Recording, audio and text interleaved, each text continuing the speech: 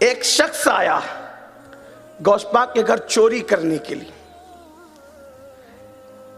دیکھو لوگ اس دور کے چور لوگ بھی کتنے ہمت والے تھے کہ ایسے لوگوں کے گھر میں بھی چوری کرنے جاتے تھے جو کہتے ہیں نظر تو الی بلاد اللہ جمعہ، کہ میں اللہ کے شہروں کو ایسے دیکھتا ہوں جیسے ہتھیلی پہ رائی کا دانہ دیکھا جاتا ہے. ایسے لوگ کے گھروں میں بھی چوری کرنے گھستے تھے، لیکن اصل میں ان کی ہمت کی داد دینی چاہیے. غوث پاک جیسوں کے یہاں چوری. اللہ اکبر. گیا اور آپ کی کملی اٹھائی. اس نے اٹھائی آپ کی کملی، اور کملی اس لیے اٹھائی کہ میرا اپنا وجدان کہتا ہے کہ وہ بہت ہی بڑی مہنگی، کیونکہ چور جب بھی کسی کے گھر میں جاتا ہے تو پہلے وہ مہنگی چیز کو اٹھاتا ہے. اور بہت مہنگی کملی آپ استعمال کرتے تھے، چادر. تو اس کو اٹھائی اس نے، اور اٹھا کر کے جیسی لے کر کے چلا اس کی آنکھیں اندھی ہو گئی، وہ نابینا ہو گیا.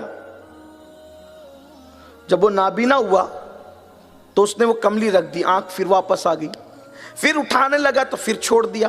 جب اندھا ہوا تو ایسے 3 بار کیا اس نے. چوتھی بار میں اب وہ سوچ ہی رہا تھا کہ لے کے جاؤں کہ چھوڑ کے جاؤں. اتنے میں کوئی اندر آنے کے لیے دستک ہوئی. جب دروازہ کھلا تو کوئی آنے والا آیا، لیکن وہ پہچان نہ سکا، لیکن الفاظ یوں ترتیب پائے: حضور، ایک شہر کا قطب انتقال فرما گیا ہے، ایک شہر کا قطب انتقال کر گیا ہے، اب آپ جس کو کہیں گے اس کو قطب بنایا جائے علاقے کا. وہ فرمایا کہ ہمارے آج ایک مہمان آیا ہے. ہائے ہائے، پردہ پوشی کوئی نبی کی آل سے سیکھے، چوروں کو مہمان کہنا بھی اسی خاندان سے سیکھے. چوروں کو مہمان کہنا بھی اسی خاندان. دیکھیں تو صحیح، عزت نفس کا خیال چوروں کے لیے بھی رکھا جاتا ہے. یہ ہے ولایت کا در، یہ باب ولایت ہے کہ جہاں چوروں کو بھی چور کہہ کے شرمندہ نہیں کیا جاتا، جہاں چوروں کو مہمان کہہ کے ان کی عزت افزائی کی جاتی ہے. فرمایا ہمارے ایک مہمان آیا ہے، اسی مہمان کو اٹھاؤ اور اٹھا کر کے قطب بنا دو. کہاں؟ کہا وہ دیکھو چھپا ہوا ہے. اٹھا کر لائے گئے، تھر تھر پورا وجود کانپ رہا تھا. کہا توبہ کر. توبہ کروائی، اسی وقت تو قطبیت کا مقام عطا کیا. آپ سے پوچھتا ہوں کون سی عبادت کی تھی؟ آپ مجھے بتائیں تو صحیح. کیا پڑھوایا تھا اس چند سیکنڈوں میں؟ کیا وظیفے کروائے تھے؟ کون سی ریاضتیں کروائی تھی؟ کون سی مجاہدات کروائے تھے؟ کیا کروایا تھا؟